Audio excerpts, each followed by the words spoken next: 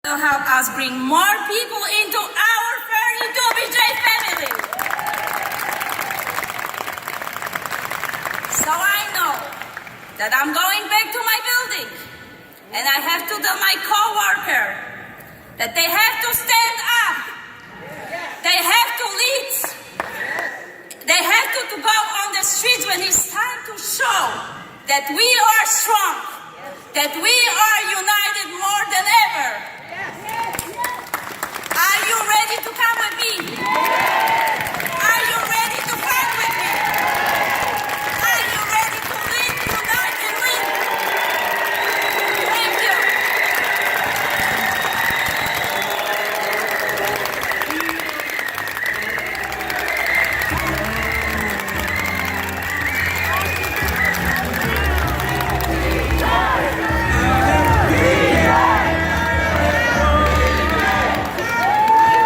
Good morning, 32BJ! Good morning, 32BJ! My name is John Santos, Vice President and New York Director of the Residential Division. And my name is Michelle Galarza. I'm a reporter in Queens, New York, and I've been with 32BJ for 19 years. How's everyone doing this morning? Crowd looks great. So as we talk about the contract campaign, commercial contract campaign, that's a little something we know about, don't we, Michelle? Most certainly do. Because we went through the same thing last year. Contracts for over 35,000 residential workers expired last year. Up and down, we had up in the Bronx, we had Westchester, we had New York City, Long Island. All the contracts expired last year. And the members and the owners and the members all were getting ready to fight. We had a tough fight ahead of us. And the owners, when we got to the table, the owners all had one thing in common. They all had one message, and they all said that the New York City residential workers they get paid really well. They do too well. What do you think about that, Michelle? We have good jobs, we do, but we work hard for what we get. My dad was actually a 32BJ member for 25 years. Awesome. He actually worked in the same building where I work now. Yes. My father worked hard to give us what we needed, just like now I work hard to give my kids what they need. That's right, Michelle. And when we went to the table, all the owners, again, one thing in common, a bunch of crybabies, wham, wham, wham, wham, right? They said that things were hard, cost money, expenses were too high, but we realized something in New York City, that the residential market was booming, right? Everywhere you go up and down the city, you see a crane or a new building being built, right? And the residential market was booming, and we had one thing to say at the table. We told them the residential market is booming, and we want some of that boom. The residential market is booming, and we want some of that boom. Do you want some of that boom? Yeah. Do you want some of that boom? Yeah. And when commercial goes to the table, are you going to get some of that boom? Yeah. All right. We had to talk to each and every individual member. We had to get them ready for the fight. We had to it took every leader in this room here, all the residential leaders, commercial leaders, security leaders, to talk to each and every member and let them know that what was at stake. Manny talked about the 100% strong. We had to tell them what the contract was worth. Most members didn't know what the contract was worth. They took everything for granted. They just look at their paycheck that they receive every week. Right? They just know what they bring home every week. They didn't know about the cost of healthcare. We had to educate them on the health of healthcare. Healthcare costs over $19,000 a year for each and every individual.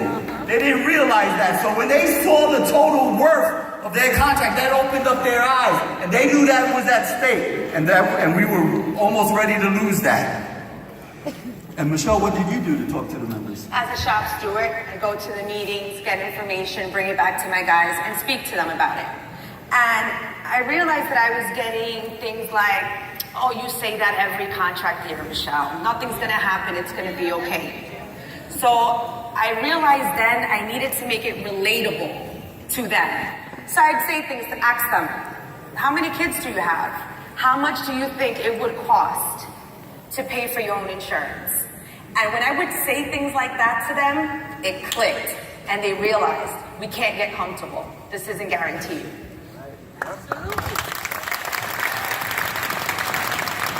So again, when we were at the table, the owners were complaining about the cost of health care. They were saying, why are your members so special? Everybody else in this country, everybody else in their office, everybody else pays premiums towards their health care. Why aren't you paying towards your health care? Right? We told them that we would not pay towards our health care. They wanted to put their hands in our pockets for us to pay towards health care.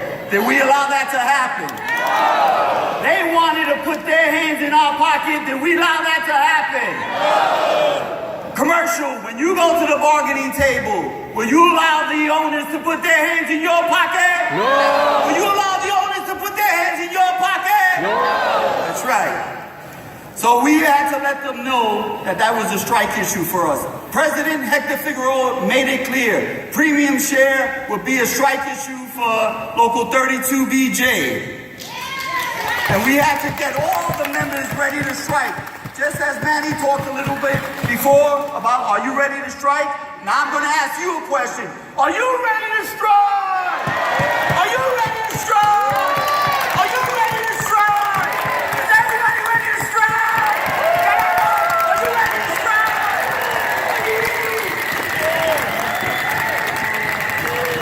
So last year we had one of the biggest rallies.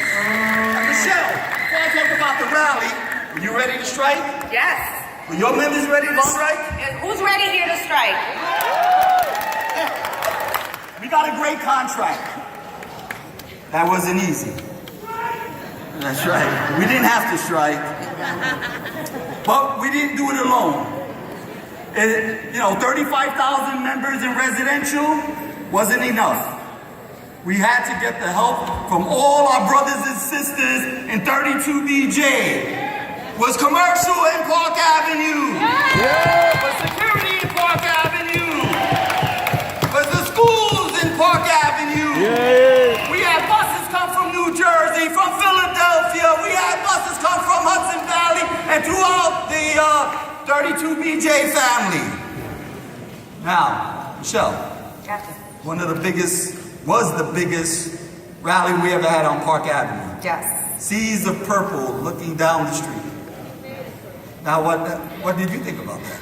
Well, I actually spoke at that rally. All right. Yes. So just to give you guys a visual, about 10 times as much as these people in this room right now. So I get on stage and I look out and I'm just like, wow, this is important. But not just to me, to millions of people. Not only was it my residential brothers and sisters, we had my commercial brothers and sisters, my security brothers and sisters, my school brothers and sisters, and so much more. It was absolutely amazing. That's right. So next month, as we gear up for J for J, residential has made a commitment, and we will be there to support commercial.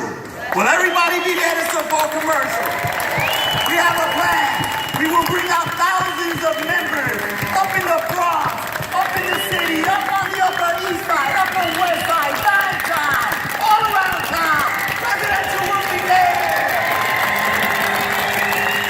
So, will you be there for J for J? I will definitely be there. Raise your hand if you'll be there for J for J and senior district for brothers and sisters in commercial. What you mean? That's right. What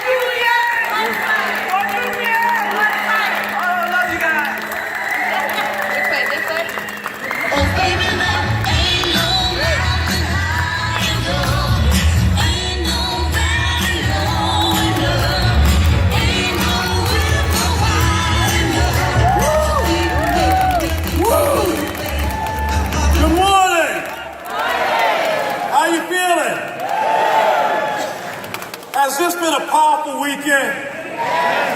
Has this been a powerful weekend? You've done a lot of work. I know you learned a lot. You've heard from a lot of great speakers this weekend. I'm going to ask you to exercise your brain just one more time before we go home. Okay? Is that all right? We have coming up our J for J Power Week. Week of action. Powerful action? I'm getting there. I know some of y'all saw me out last night, so all right.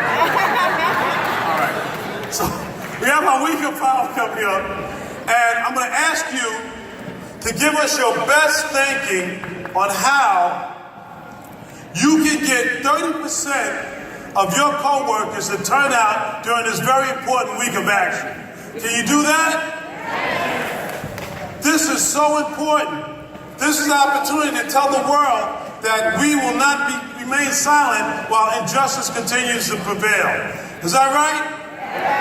So, at your tables, there's a question. You see the questions up here. I'm going to ask you individually to give it your best thinking about how you're going to turn out 30% of your coworkers.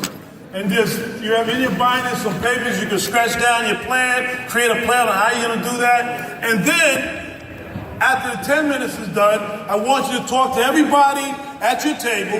You're going to talk about each other's plans, and then that's going to be for 20 minutes, and then we're going to come back after that for some responses. That makes sense?